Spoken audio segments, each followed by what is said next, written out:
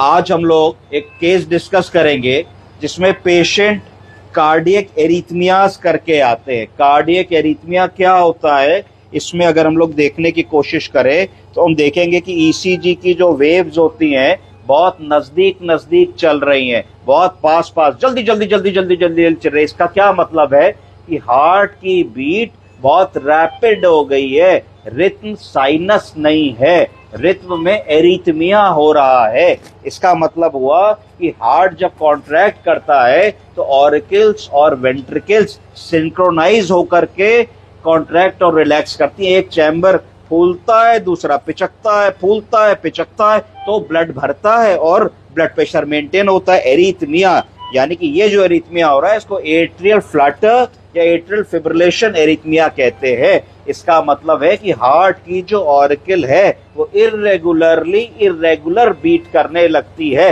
अर्थात मिक्सी की तरीके से जब ऐसे बीट करेगी तो हार्ट में फिलिंग ही नहीं हो रही है। यानी कि जब हार्ट बीट करेगा तो उसको कुछ समय चाहिए कि उसमें खून भरे, जब खून नहीं भर रहा होगा तो बार बार ऐसे ही चलेगा, तो इस स्थिति में ब्लड प्रेशर बिल्कुल ड्रॉप कर जाएगा।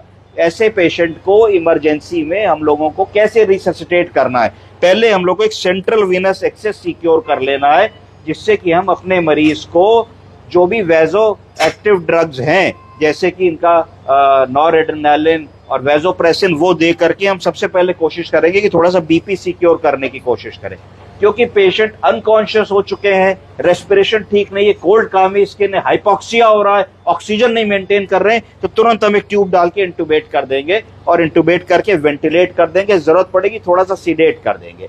अब आपका मेन ऑब्जेक्टिव होगा कि किसी तरीके से मीन आर्टीरियल प्रेशर बढ़े, स्लाइटली बीपी बढ़े, एंटी एरिथमिक ड्रग देके एरिथमिया को सेटल करें। अगर नहीं हो पा रहा है तो डिफिब्रिलेशन या कार्डियोवर्जन करके हम एरिथमिया को सेटल करें।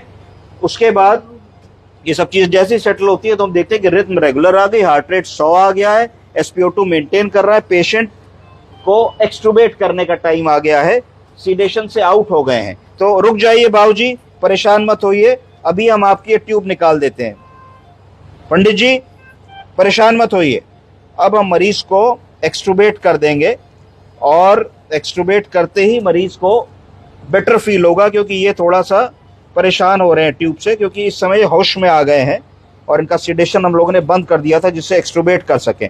तो ट्यूब की पहले हम लोगों ने एयर निकाल ली बलून से, बलून पिचक गया, 8 नंबर की ट्यूब थी और हमने धीरे से इस ट्यूब को पुश करके बाहर निकाल लिया। इस ट्यूब को बाहर निकाल लिया हम लोग ने बिल्कुल, क्योंकि कली पड़ी थी तो ट्यूब कोई ब्लॉक नहीं है, कोई किंक्ड नहीं है। जब सिराना उठा दीजिए, क्योंकि ट्यूब हमने निकाल